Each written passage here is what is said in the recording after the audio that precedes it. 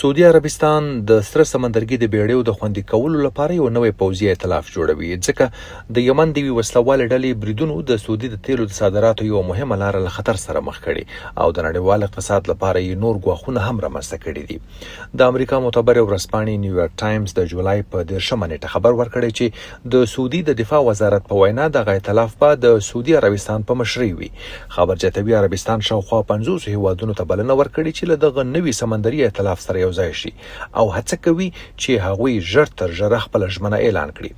د سعودي دفاع وزارت د پنځشنبې په ورځ وویل چې 14 هیوادونو د دغه ائتلاف ملاتړ اعلان کړ چې ترکیه، مصر، پاکستان، نایجیریا او څو نور عربي او افریقایي هیوادونه هم پکې شامل دي.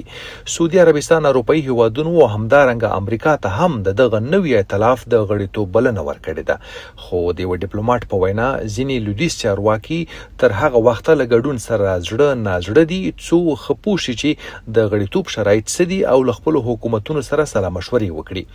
د سعودي د دفاع وزارت وویل چې دغه نوی ائتلاف د سمندري امنیت د پیاوړتیا، د نړیوالو سمندري لارو د ساتنې او د سمندري تګ راتګ او نړیوال سوداګرۍ پر ضد د ګواښونو د مخنیوي لپاره د روانو هڅو یوه برخه ده.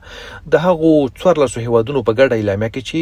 د ګډون هوکړه کړي ویل شوي چې د ائتلاف مرکزی دفتر به په سعودي عربستان کې وي او غړي هیوادونه به د استخباراتي معلوماتو شریکولو، ګډو پوځي تمرینونو او سمندري عملیاتو کې برخه اخلي. اعلامیه زیاتوي چې دغه هڅه یوازې دفاعي بڼه لري او د کوم ځانګړي هیواد پر ضد نه ده. د سعودي له دغه نوي بیړني اقدام څخه داسې ښکاري چې د دې هیواد مشران د حوثیانو د بریدونو د مخنیوي لپاره